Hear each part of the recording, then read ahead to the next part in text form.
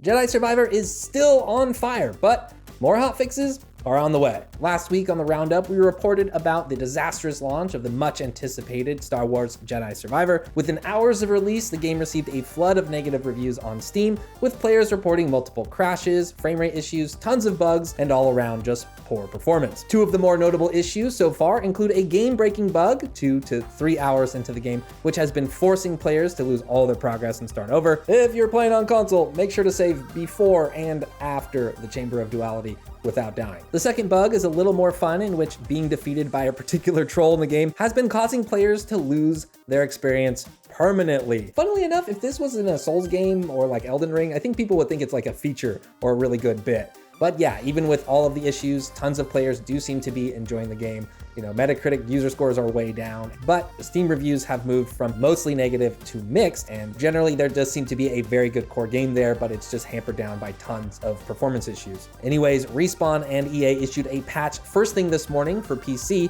which fixes the game-breaking bug mentioned earlier, that first one, and a number of other issues. Specifically, there's a focus on resolving problems with non-ray trace rendering, but there are also improvements to general performance, fixes for physics and special effects, fixes for specific instances which cause freezing, and a fix for overlapping dialogue during cinematics. Consoles will receive the same patch sometime tomorrow, and the Jedi Survivor team has promised that there are even more fixes on the way. The whole debacle is another lackluster launch in a series of bad launches, particularly for the PC, which has led to a growing sentiment and concern from players wondering why every new game seems to have these same issues. Known Naughty Dog and AAA developer Del Walker waded into the discourse last week with a Twitter thread pointing out that optimizing a game for hundreds of potential combinations of hardware configurations is a serious culprit, but also sometimes something can really look and feel ready until you release it to millions of people. Walker's perspective was met with frustrated replies and people pointing out that similar issues do exist on the consoles as well. But I think he kind of put things in perspective with this reply where he said, "There's a bunch of exhausted men and women using weekends and evenings to get a patch out for you. I only wanted to state this stuff is difficult and problems are often unforeseen. Devs are trying hard